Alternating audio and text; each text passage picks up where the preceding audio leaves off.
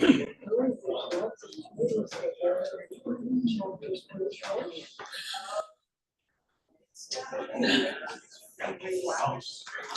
reading.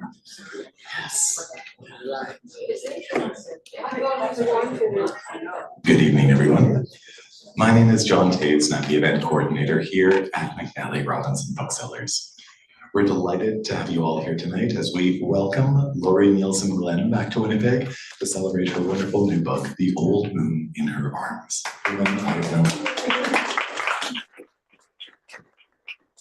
They're so excited they couldn't wait for the subtitle. Woman I have known and been, and we're so very grateful to Nimbus Publishing for publishing this wonderful book and for helping to make this evening a reality. So before we begin, I would like to acknowledge that the land on which we gather tonight is located here in Treaty 1 territory. That is, of course, the traditional territory of the Anishinaabe, Aninawak, Anishinaabe, Dakota, and Dene peoples, and the homeland of the Métis Nation. In addition, of course, McNally Robinson Booksellers itself rests on the land once occupied by the Métis community of Roostertown. Now, this book has been called by no less an authority than Shelagh Rogers, a gift of storytelling magic. And we couldn't be more pleased that we have the author here to expand on that just a little bit more so we can hear not only some of the book in her own voice, but also hear even more about what's contained within its pages.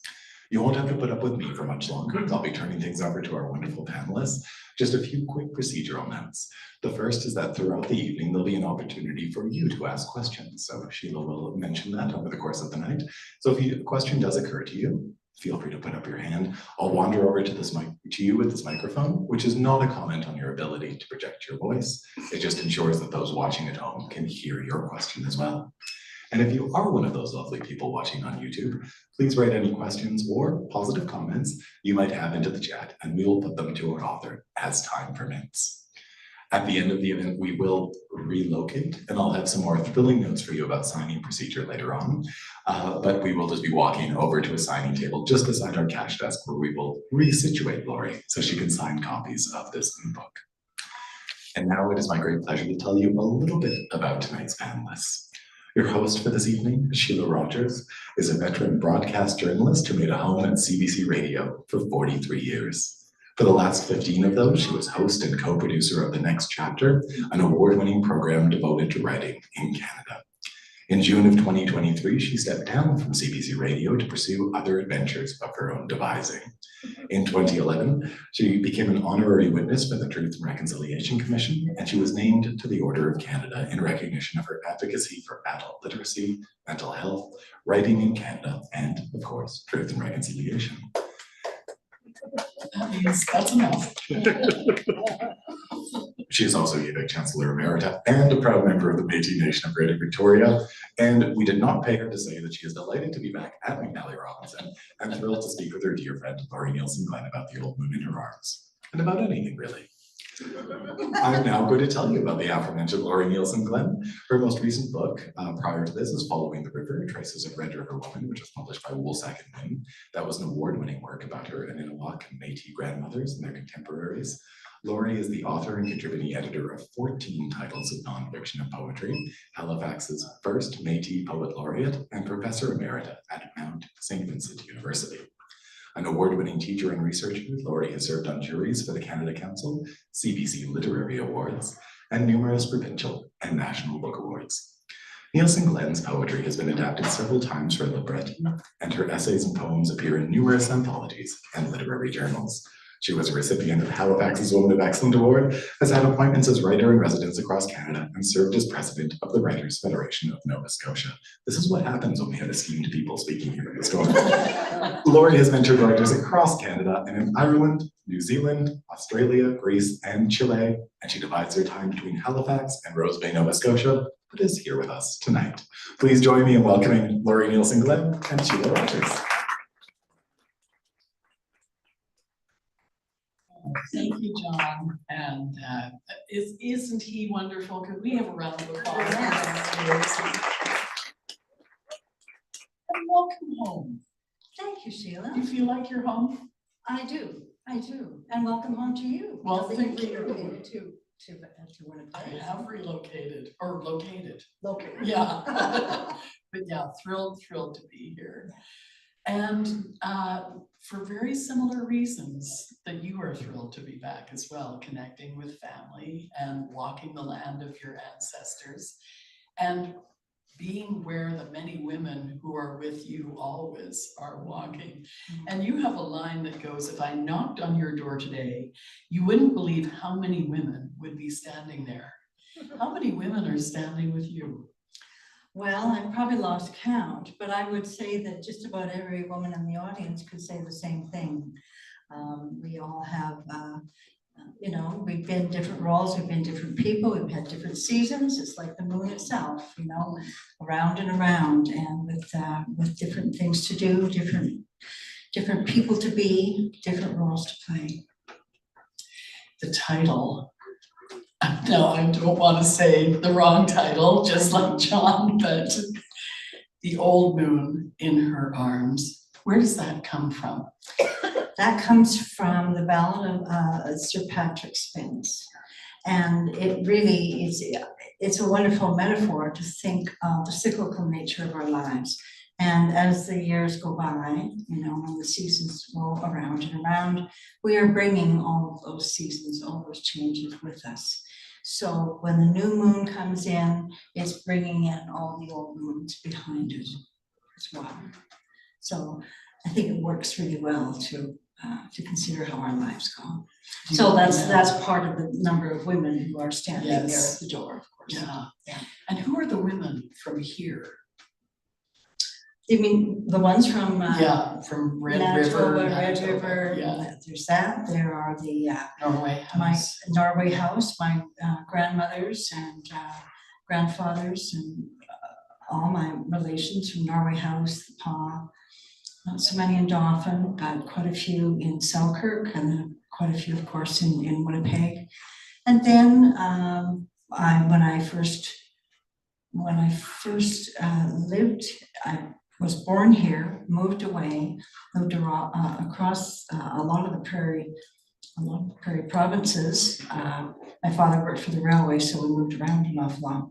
But when I came back to Winnipeg, I came back as a teacher, so that's another role. And then a visual artist, and then a wife, so a student, and on and on.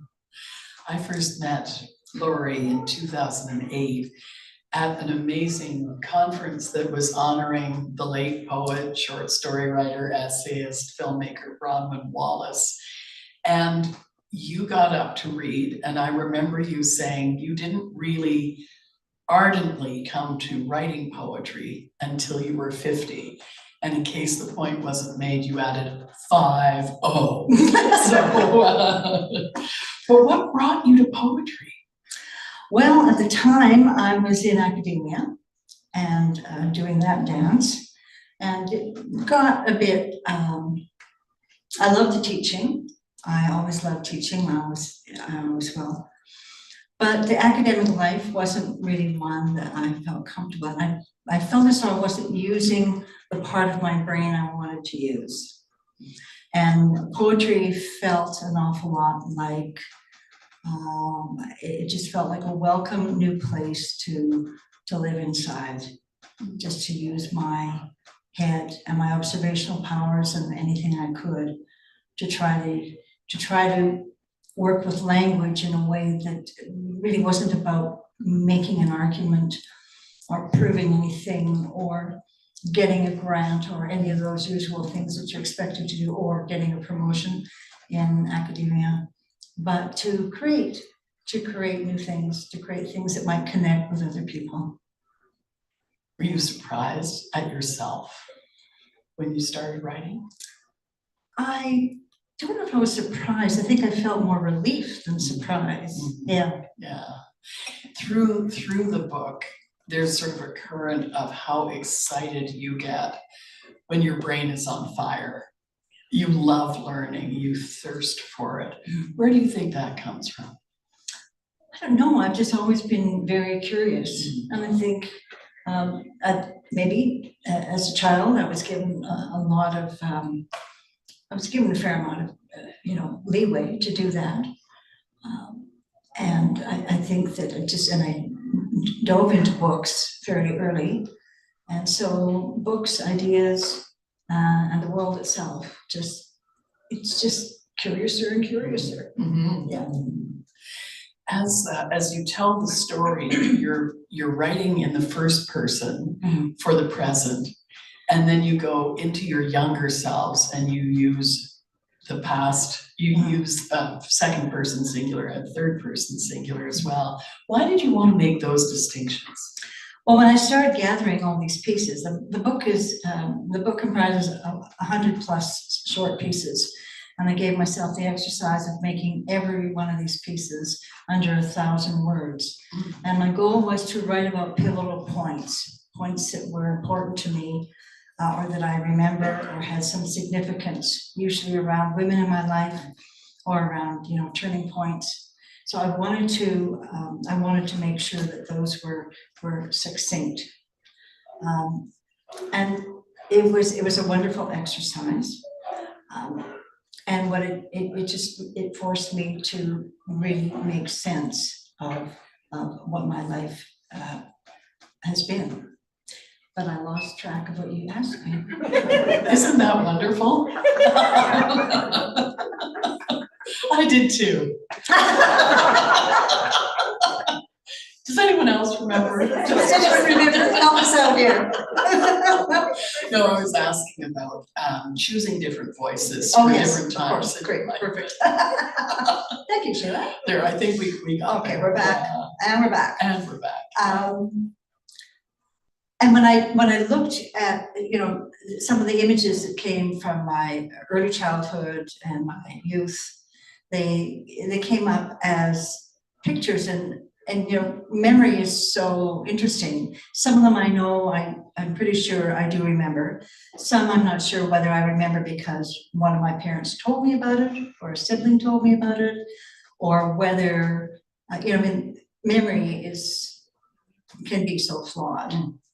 So in many ways, that young girl and the young woman, she seemed like another person. And so that's why I chose to write her as she. And then I also used you because I was in some ways talking to her, but also inviting in the reader at the same time. So you was useful in that regard. So and then I think as the book moves along chronologically, well, it's kind of chronological, it goes back and forward and jumps forward and back. But then towards the end, I feel as though I can say I, because I have a better sense of everything I brought to now. You talk about your blood foremothers, but you also write about your literary foremothers. Mm. Who were they? Oh, well, there's so many. There's Bronwyn Wallace, as you mentioned. Just so many. Marilyn Dumont. You can read it. Oh, can you tell me where? Sure, I can even give you the book.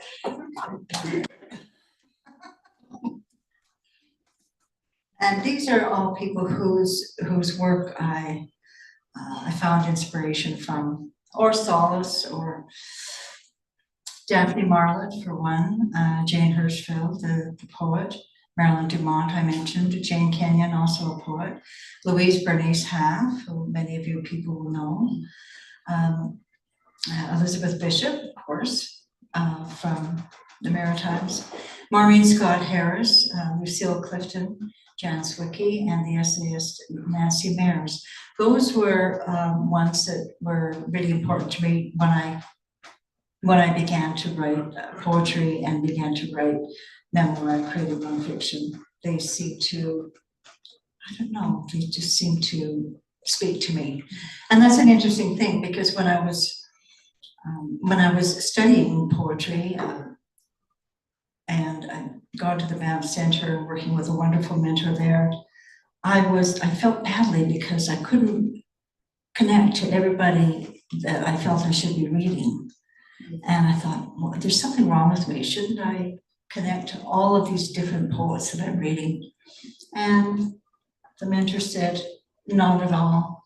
You just find your community, you find the people who speak to you, and don't worry about trying to understand it all or connect with all of them. Yeah. That must have been liberating. It was, yeah. Well, I think, as a young woman too, you grew up with all these things, these shoulds in your life. Yeah. You should know this, you should know that, and then you're people pleasing and trying to do the right thing. So if you come across, you have this wonderful array of poetry to read, and you don't connect with it all, then unfortunately you tend to feel so you need to own that rather than think that no, that's just not your preference. Growing up with the shoulds, and I think we've got a few representatives of the should generation here and possibly online. You mentioned the question and also a statement and also the insult. Who do you think you are? Mm-hmm. And I don't know if there were other people that grew up with that. I certainly did. I know you did too. How was it directed at you? Well, it was usually, quite frankly, from my mother, and I think you said it was from your mother as well.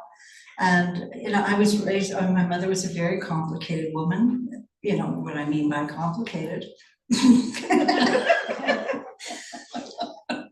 And she was terrific. And by the end of her life, she and I were close again, which was wonderful. But we had some rocky years. But I think I had to get to a certain age myself before I recognized her as a 50s mother who was trapped with, more children than she probably wanted, and a lot of household duties, along with organizing absolutely everything for every child, whether it was piano lessons or brownies or scouts or whatever it happened to be. And she was very talented and very bright, but had no opportunity to to do the sorts of things she might have wanted to do.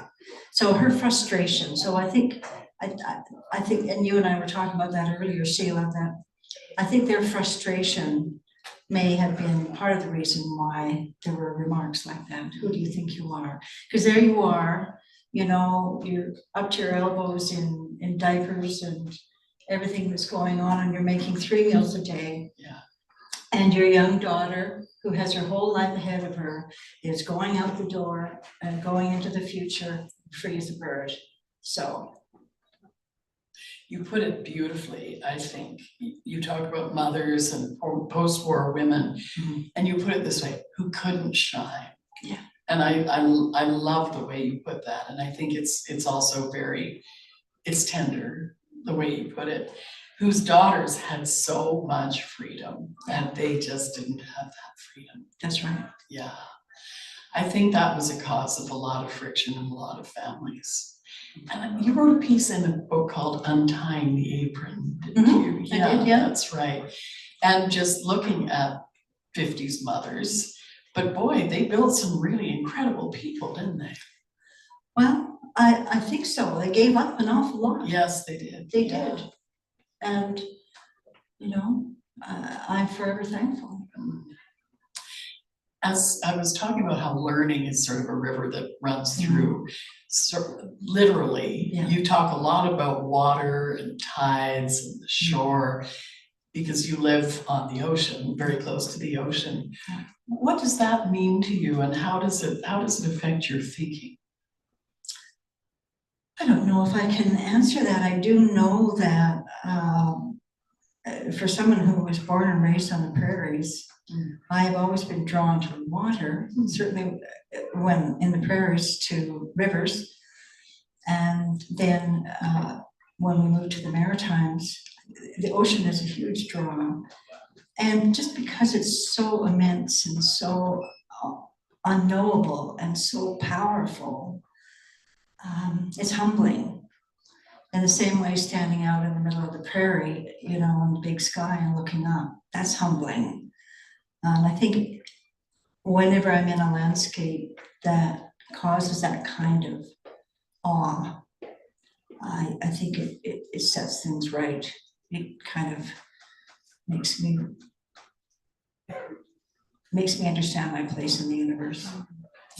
You quote Joy Harjo in talking about the people make you, but also the places Yes. who make you, and the ideas that make you, and the customs who make you.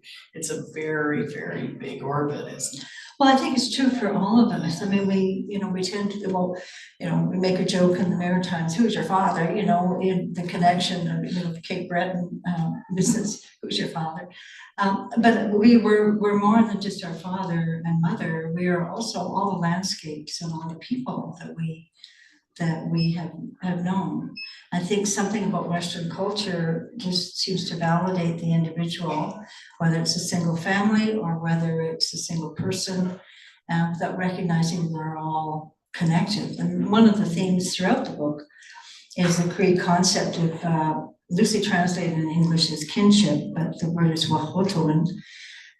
It's just the interrelationship of all things, and I think we don't often recognize that we are, not only am I from my mother and father and my grandmothers and grandparents and all of that, but I'm also from the bush, I'm from the river, and I'm from the prairies, and I'm from the beach that I walk on as much as possible when I'm out of the house. Yeah, they are all part of me, in the same way all of our landscapes are part of us.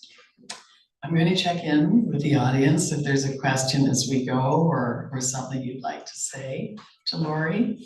And if not, I'd love if you could do a reading for us. What would you like to hear? Oh, well, I see these stickies. I have a few. We don't have that much time. No, we don't. That's true. How about Looking Back, which is on page 215. Okay.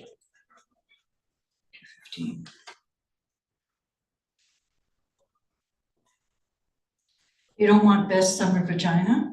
Oh, I want that later. Oh. I really do. And also your reading of it.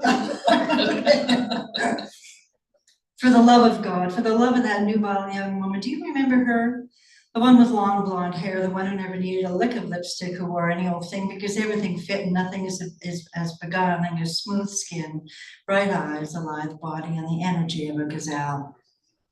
Decades on, she notices she isn't noticed. She could be a rock or a stump. No one looks back to see if she's looking back to see. She's no longer the muse for a poet, a fertile prize, the spirited gal in the lyrics of a wahkohtowin song.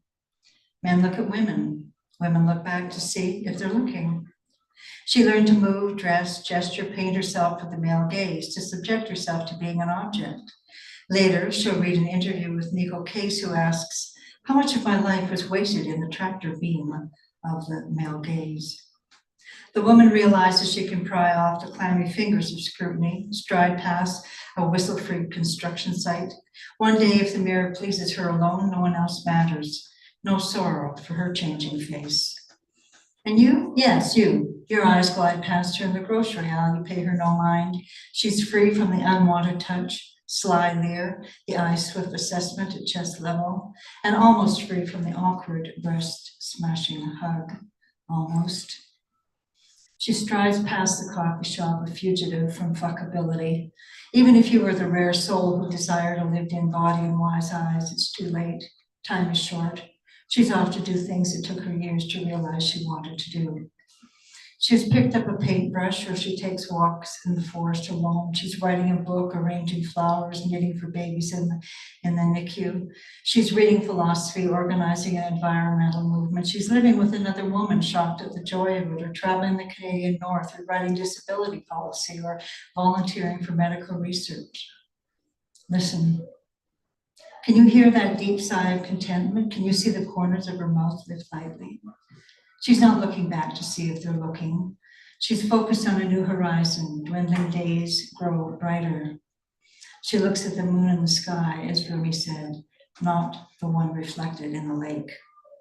She is reaping a harvest she hasn't known she planted. She is crushing flint.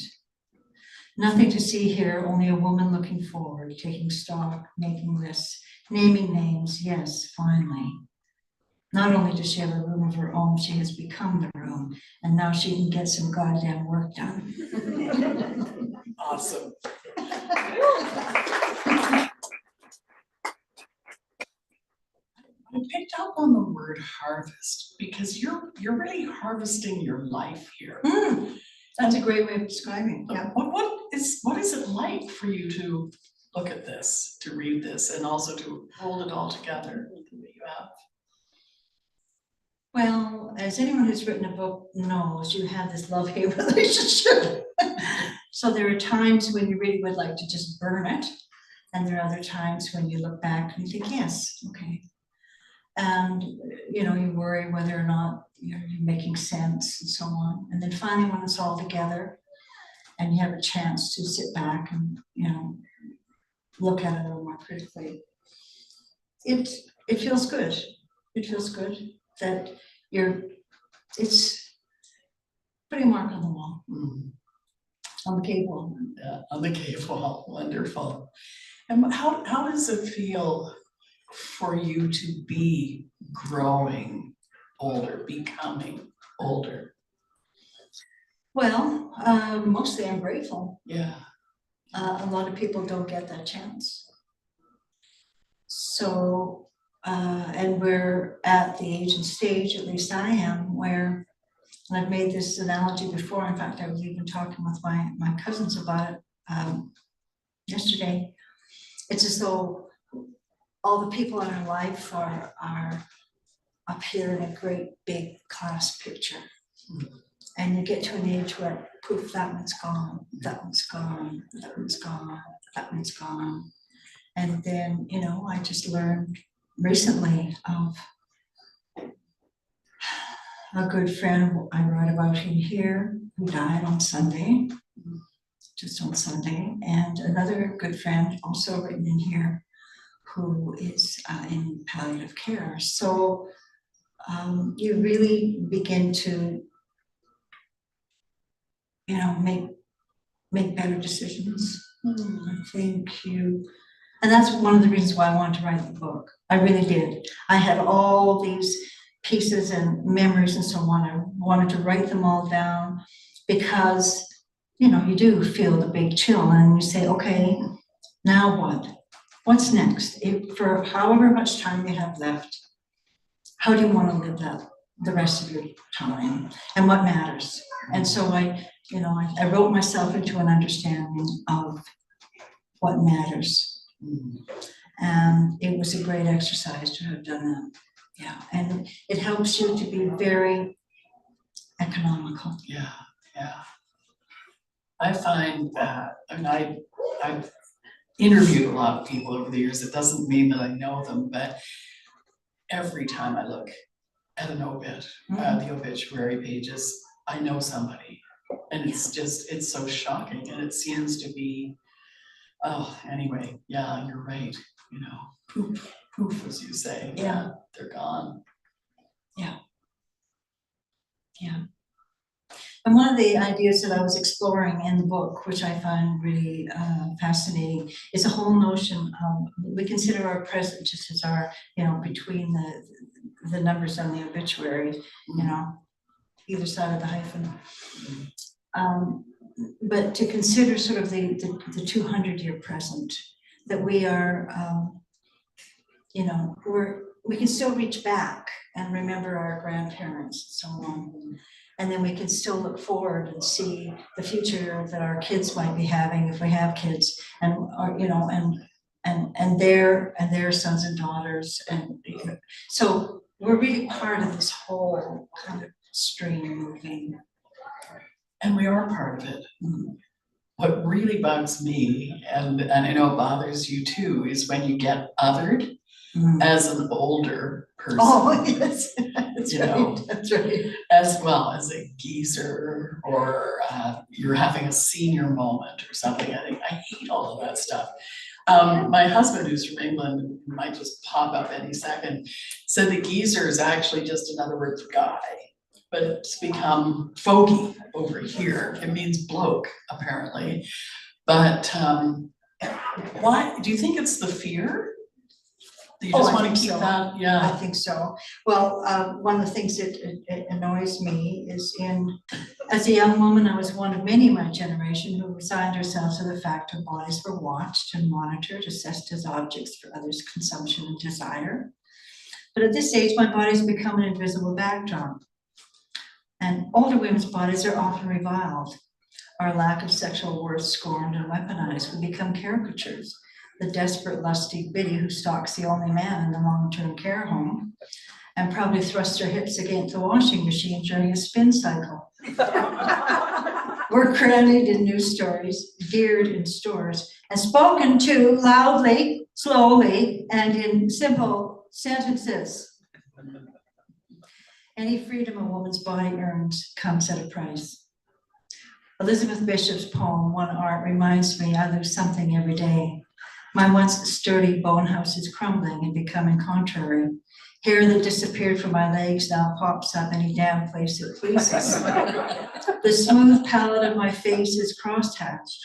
My once thin, graceful hands have grown knobby joints, and my waist has been gone so long I've forgotten where it used to be.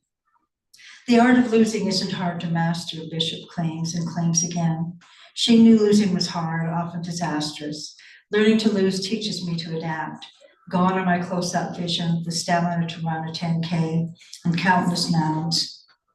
I can't dream of living on a desert island. I need a pharmacy. Gone are an inch in height, a mullet or two, some hearing. The list grows, and so far the workarounds I use seem to, well, work. Aging has gifted me other losses, the need to please, my knee-jerk yes impulse, a few grudges, my filter. I cull friends and acquaintances who weigh me down, jettison boxes of dusty belongings. I've lost FOMO. Except for maintaining my health, I'm less interested in my body and more on the quality of time left to me. Each loss makes what's left matter more. Things mean. My blue-veined hands recall my mother's. My sore ankle tells me I can still hike. My scars are stories. One across my belly brought me a son. My knobby fingers have produced books and countless syllabi, casseroles and salads and crocheted scarves, the same few chords on the guitar, letters to aunts and cherished friends. I now inhabit this body as mine alone, aware of its material presence in a way that feels grounded, self-contained. This body will die one day. Yours will too. I'm grateful it's taking so long. Beautiful. Thank you. I love the joke on the people that other older people, because it's going to happen to them too. I mean, you really think you're impervious? That's right. You know, that's the joke. That's right. Are there any questions or any comments? Oh, great. Marjorie, John, thank you. I have a sense that when writers give birth to books, that they have thoughts about what effect they'd like those books to have in the world. What are your thoughts about this book? Well, actually, I am grateful that in some ways I think that it's starting to be realized. My hope is that people recognize themselves in it. See, I don't think this book is about me. I think I am just one person who's living the same life as so many others. And what I'm writing about me has echoes. I write a piece about being in the classroom in Dauphin Collegiate, and my friend Abby is in that piece. But when Sheila read it, she said, that happened to me too.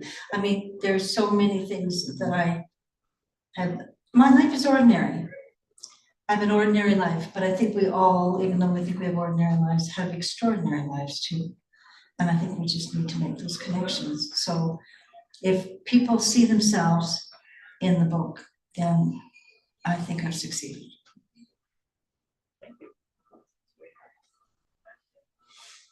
Is there another comment or question at the moment?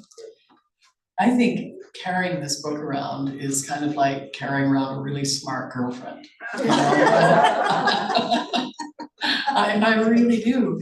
And I've had the honor of reading it twice now, and which is such a luxury. I never was able to do that before, you know, I just had to speed through. And every time, and I'll read it again, I know I will, because it's a companion book, I think.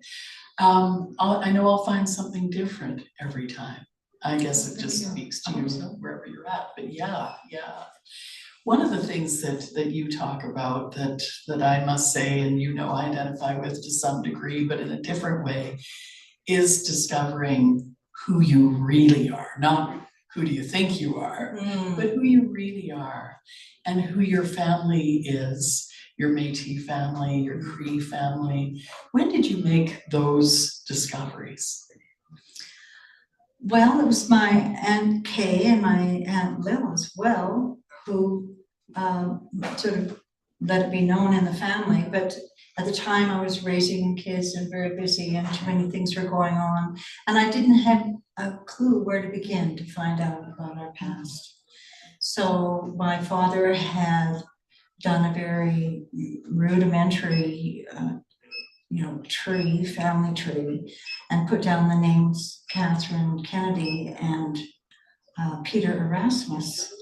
And so I started there. And by that time, archives were paying more attention to that sort of thing. The internet was here. And then I started to search.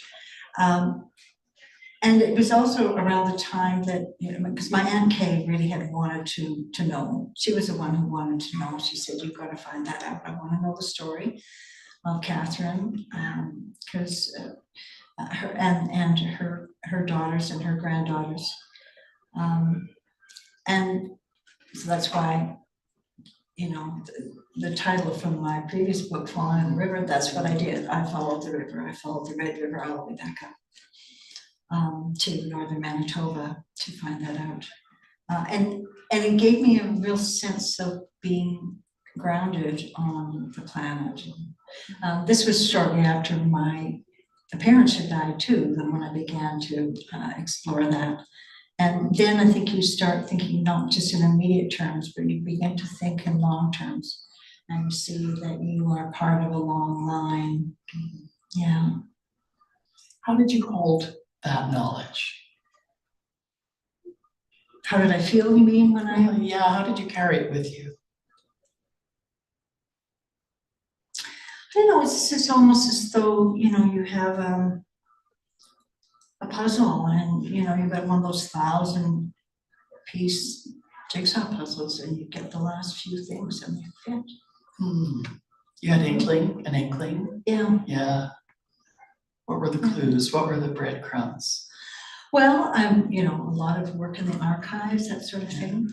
But when it was all done and when I finished doing the research and then assembled it into a book, I hadn't planned to write a book about it. It's just that once I gathered all the research, I thought, well, why not? And because, as it turns out, there are a lot of connections with other families as well, especially in the Red River. Almost everyone is related distantly. So it was useful in that regard. But I think writing the book felt as though, okay, I'm here. Your Aunt Kay left you. Well, tell us about your Aunt Kay, first of all. Well, she's also raised Aunt Kay and Shirley's by marriage. Aunt Kay lived to 106. Yeah. She was my godmother when that was a thing. And she always checked in on us. She was wonderful. And she had, she had a very straightforward, let's say she had a straightforward personality. No nonsense. Yeah. I have a piece, we haven't got time, do we? Do I have time? Can I read that piece about her? Please do. It'd be wonderful, I'm sure. If any of you decided you've had enough and you want to get up for me, it's okay. No, it's not.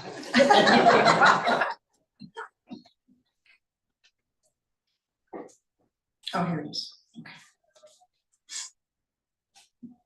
This is called Moments of Glad Grace. A lot of these titles are from a W.B. Yeats poem. Heat rising today after a cold spring, and I'm indoors and in my head. Squandering an early summer day is heresy in this country. God help me, I think, but if not, well, that's fine too. When I called Aunt Kay last night, she was making dinner. How does 103 feel? I asked. My dad's sister is the last of her family to survive. As always, she laughed. I didn't expect to live this long. And as always, when is your son getting married? I yelled an answer. When? My voice cracked from shouting and I coughed. Are you fighting something? Fear, I wanted to answer. I didn't tell her, but I called twice earlier. It rang and rang for minutes. No answer. I'm stabbed with the knowledge she could be down to months or weeks. She keeps up her small apartment, the fridge stuffed with morsels wrapped in plastic and rubber bands, the walls filled with fading family photographs her daughter will one day take down. Tchotchkes, mementos everywhere. I'm not ready to lose her. A bright yellow bird appeared on the deck yesterday, stunned from the impact of a crash against glass, ending its spring busyness. I picked up its cooling body, felt the miracle of its soft intricacies, whispered a blessing before placing the body under a budding bush near the shore. Resurrection, predator, doesn't matter. The future is always a promise and always fatal. The old apple tree, the bird's home, endures these absences year in and year out. At night, I fall asleep looking at stars, listening to the disputes of snarling raccoons in the yard, and I wake before dawn to the scent of lilac, the hush of soft green poplar leaves in the wind. Don't give up on the world, says the poet. Keep going even when the going is slow, says Confucius. Everything a bumper sticker. Childhood is burnished with simplicity, and the gift of years, if we're lucky, is nuance, the lingering specifics of intimacies, gratitude for those we've walked alongside. Aunt Kay has always been in the world. I can't imagine her not being here. Always there will be storms and loss. The years of my body lean harder against the seasons. What else can I do? Today is an ordinary spring afternoon in an ordinary life, one that reminds me any of us could live to 103 if we don't take ourselves too seriously. If we wrap up tiny moments and store them. And when people ask how we've lived this long, we give them, as Kay always does, a different answer each time. I used to skate a lot. I've been a widow for decades. I walk around the mall in the winter. I don't let things worry me. Up the hill, a machine digs a foundation out of the earth. The bus stops on the main road, and from the window, I see the neighbor's son and daughter jump out, kick up dust along the gravel. I step outside to water a planter and check on the young prairie crabapple tree with its wind-cracked limb.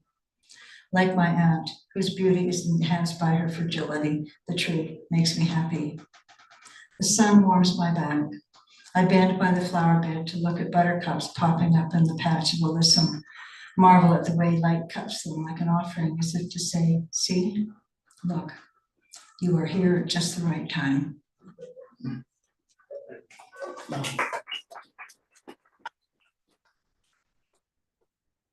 There was a bag of quilting squares that went to you, right? What happened to it? Oh, it's lovely. It was just lovely. I had Kay, when I visited her one time, she went into her very full bedroom and came with a bag, and she said, some of this was Mom's and she didn't get to finish them, and they were a bunch of squares. She said, take them home. This is quite a few years ago now. So I took them back, and then they sat in the house and didn't do anything. I was too busy to do anything with them, and I'm not much of a quilter anyway, and I don't think I have the patience, although I should develop patience, however.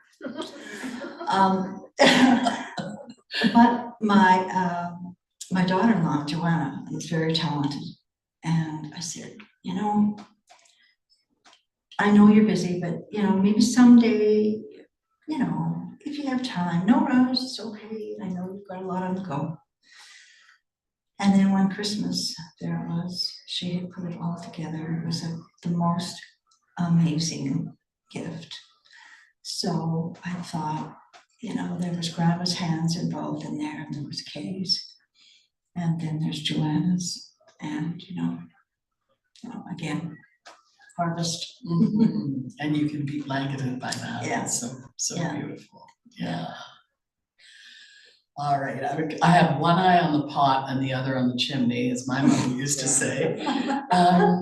Are there any questions from you? And if not, that's fine. Because, is there one from, They are paying attention, they are not. all right, rapt, that's great. Exactly. Because we did do a little bit of advertising earlier for a very special piece in this book. Oh, I think you have to read it, because through this, another tributary, and it's such a great piece, is a tributary of feminism through the book, through your life. And also, I think of this particular essay, this particular entry, as a great act of resistance. So will you read Best Summer Vagina for us? what page is It is on page 212. Can I reassure everyone here that this book is not all about women's body parts? Okay. That spring morning, a magazine piece online, how to get your best summer vagina ever. God, another thing to worry about. I clicked on the article. OBGYN and author Dr. Shelagh Rogers explains summer heat can make your vagina drier, making it sensitive and temperamental. Dr. Calhoun suggests spraying bug spray on our underwear to prevent vulvar bug bites at night. Sitting for prolonged periods of time, especially in tight clothing where heat gets trapped, can lead to both vulvar irritation or yeast infections, she says. Apply Vaseline ointment to the labia, but not inside the vagina, 2 or 3 times a day. Finally, Dr. Ross recommends staying hydrated while in flight to keep your vagina happy. It suddenly dawned on me that the people in this store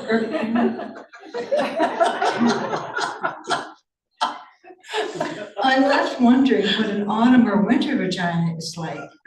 What drugs can help a temperamental vagina? And what would be going on that I couldn't feel bugs in my vulva? And until I reread her advice and realized she likely meant drinking more water during air travel, I considered the challenges of applying Vaseline to my labia 3,000 feet in the air. Women in my mother's generation were urged to use Lysol to clean their nether regions or risk their marriage. Their mothers were encouraged to use Lux to avoid the horror of smelly underwear. And one ad reads, "That's why we can't get a man for Edith." Lux was a recommended treatment for our Mimsy, and a daily wash with Lux kebab soap would freshen up your flaps and stop it stinking like an old kipper. Old kipper. My generation was urged to hide every odor, body, menstrual, vaginal. Feminine sprays made us doubt good old soap and water. Back in the day, an ad in Summer's Eve magazine offered young women 10 pieces of advice for getting a raise. Top of the list, shower and make sure you clean your vagina. No mention of the vagina's resume. How many years have women been told we're too fat, thin, pale, red, hairy, bald, with too sparse or too thick eyelashes, brows, or lips, too dimply thighs, too wrinkly necks, skin too dark, pores too large, complexion too oily, hair too thick, too coiled, too kinky, or too wispy, too coarse, too dry, too there. We're always too much or not enough, shame on us. Well, fuck that. Sister.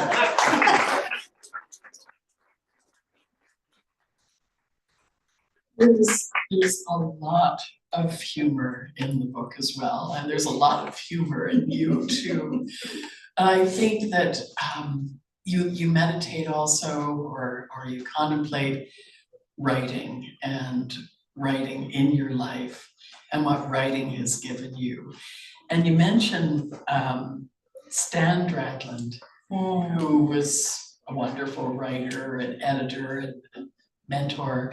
Can you talk about him? You mentioned four mothers, but was he a forefather for you? He was, Stan Dragland, Don Mackay. Stan unfortunately died just a year or so ago. He was an absolutely wonderful, generous editor, just a very, very kind man, thoughtful. He took his time with things. He wrote some very, very thoughtful pieces, very creative. And he was a sort of a founding father of a lot of literary, magazines and initiatives in Canada.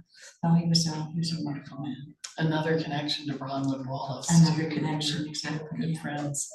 You write, one of the kindest men I've known, Stan Dragland, was blunt about reviewing. Oh, yes. If I elevate myself to shine as a beacon to others, that just makes me a bigger prick. And I love that. He was kind. He really was such a lovely person. Yeah. We have, I can tell you exactly, 2 minutes and 40 seconds left. So if you're burning to ask a question or you want to say something, this is a good time. Yeah, thank you. Just curious, because you're so wise, for the time coming up, we need, in my personal heart, in my opinion, it's more women leaders, because there is still a great deal of chauvinism and unfairness in terms of, in certain fields around women. What do you propose? How do we, are we seeing that in the kids that are coming through school, through universities, through their early jobs, where they're warriors rather than, they're the clan mothers, the next clan mothers, but it can't keep going the way it is. We're still, whether we're old or young, we're still kept down, sort of chained a little bit. So do you see a path forward that way, or how do we need more women bosses? That's all I Yeah, I mean, you're absolutely right. We need more women leaders. We need more, my goodness, look at the state of the world right now. I often wonder whether some of the leaders, world leaders now, would have got us in the situation that we're in. I don't know. I think sometimes when I know I feel despondent and I feel low about everything, I look back and see how far we've come, what it was like in the 50s and 60s. And then I try to just get some comfort in the fact that the progress has happened. It's just not happening as fast as I think it should. And it's certainly not happening as fast as we need it, but it's there. It's just so slow. 1 minute. I would like you to read these 2 paragraphs. Yeah, beginning with if. If there's a lesson for me here, it's one of kinship. When we forget we are interrelated, that we rely on and affect one another in our small and larger ecosystems, we jeopardize the world that sustains us. That is what I've come to say. We are the richness, the silk threads woven through each other's lives. We are the prose and poetry of one another's stories. We compose our lives with others. We are here because of each other and the earth that carries us. Thank you.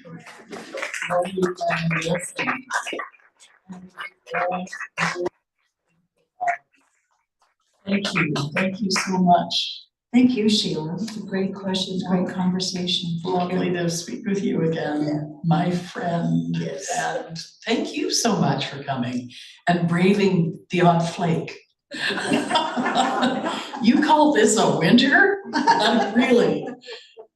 Thank you so much.